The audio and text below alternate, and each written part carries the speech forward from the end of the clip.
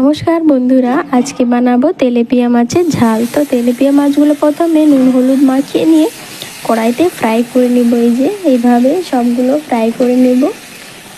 আজকে তেলেপিয়া মাছগুলো খুবই সুন্দর গোটা গোটা ছিল, সেগুলো সবই ফ্রাই করে নিয়েছি। এদিকে পিস মাছও আছে, সেগুলোও রান্না হবে।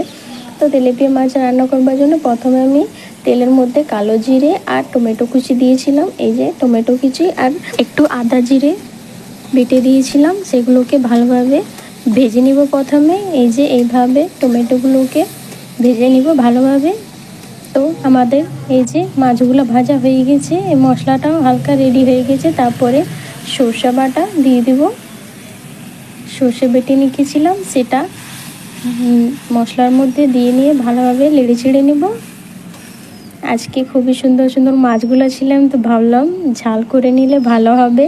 অনেক দিন থেকে তেলাপিয়া মাছের ঝাল খাবার খুবই ইচ্ছে করতেছিল, তাই সকালে যাই নিয়ে গোটা গোটা যখন মাছ পেয়েছি সেগুলো নিয়ে এসেছি, সেগুলোই রান্না করব। তো এই যে মশলার মধ্যে একটু হলুদ দিয়ে দেব, তারপরে একটু কালারের জন্য লাল লঙ্কাও দরকার, আর ঝালের জন্য তো একটু লাল লঙ্কা দিয়ে দিলাম। মশলাতে আমি লঙ্কা বেটেই দিয়েছিলাম, কিন্তু উপর থেকে একটু লাল লঙ্কাও দিয়ে দিলাম, ভালো কালার হবে তাই জন্য। এই যে মশলাটা ভাজা হয়ে গেছে, এবারে একটু নুনও দিয়ে দিব আর একটু ফুটিয়ে নিব ভালোভাবে। মশলাটাকে নেড়ে চেড়ে ভালোভাবে ভাজে নেব।